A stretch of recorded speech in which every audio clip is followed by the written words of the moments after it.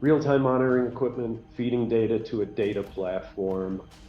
You're trying to identify on a fairly complicated large facility the source of an emission. Like in your experience, how well have these environmental data platforms been able to identify the source of these emissions? Yeah, good question. So the source identification is definitely can be tricky.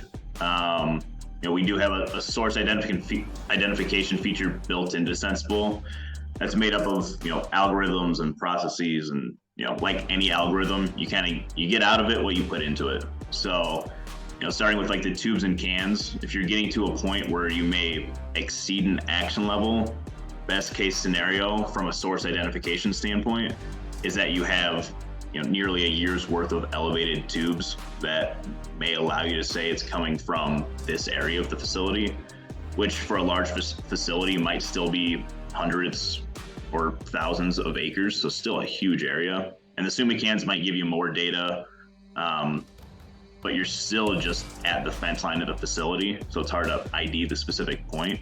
So to get really useful triangulation, to ID the exact source, or at least a small enough area to investigate further, you're really going to want to use or deploy real-time monitoring, like high temporal resolution data or monitors within those areas that the tubes or cans might be pointing at.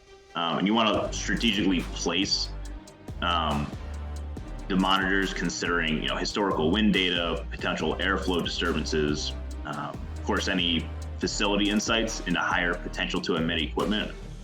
And if you're using a small network of point monitors, you might start with a large area and pretty quickly be able to shrink the area with the network, the area that the network of monitors is monitoring, by kind of repositioning the monitors and really honing in on a really well-defined kind of smaller area. But again, you're at the mercy of the wind and whether the source is steady or intermittent, on how quickly you can ID the source that might be impacting your fence line samples. Gotcha. By the way, I like the term honing in this application, by the way. There you go. No pun intended. So I imagine, steady emissions are easier to identify, but when you have intermittent emissions that occur, once a day, every few days, those are a little bit harder to track. Like, what other tools, in addition to real-time monitors, what other tools might a facility use? Yeah, so for if the emission point's continuous, right, that's gonna make it a lot easier to find the source, whether you're using real-time monitors, kind of the method I just described, or mobile monitors that are driving around any time of day. They're going to be able to find the source. Intermittent is definitely going to be more complicated, and that's where the real-time continuous point monitors are going to be useful, because you can deploy those and hopefully you can start to see a pattern of when is this event occurring. And if you're able to identify that and kind of get an idea of when it's occurring, then that kind of gives you a better opportunity to deploy something like a mobile monitoring system to drive around the facility. It's a lot easier to reposition a mobile monitoring system to stay downwind. But really any of these programs, no matter what approach you're taking to the real-time monitoring support, is you're gonna need an OGI or an LDAR team to help in identifying like which specific component is causing the elevated emissions. So I kind of think of like the OGI or the LDAR team as kind of like that last mile survey to identify that specific source. So we run programs where we either bring in Montrose's OGI or LDAR teams, or we just work with the facility's existing team to develop a chain of command for the surveys. So there's absolutely other tools that can be used in supporting to identify the specific sources. Gotcha, that makes sense. Question for you, Clint. One thing that 7-day turnaround on method 327 samples. I assume that's not business days, that's calendar days. these samples have to get to the lab and be analyzed in that time frame. How is that going to happen, like on a consistent basis? Just what are your thoughts on meeting that requirement?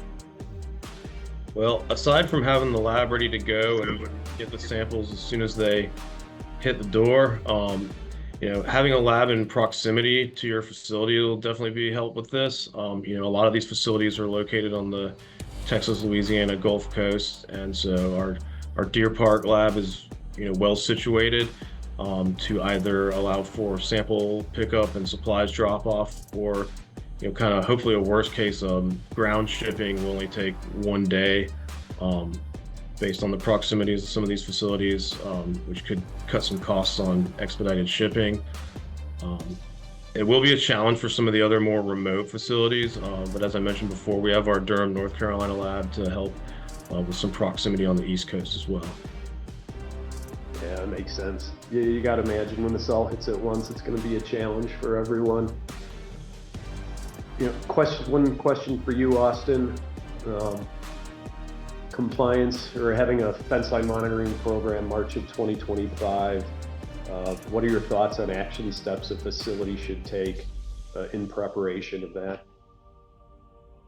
So, to me, without a doubt, the action facilities should be taking before these programs are live for compliance, right? And all that data is a part of public record, is to understand what your facility is currently emitting so that you can conduct corrective actions early on.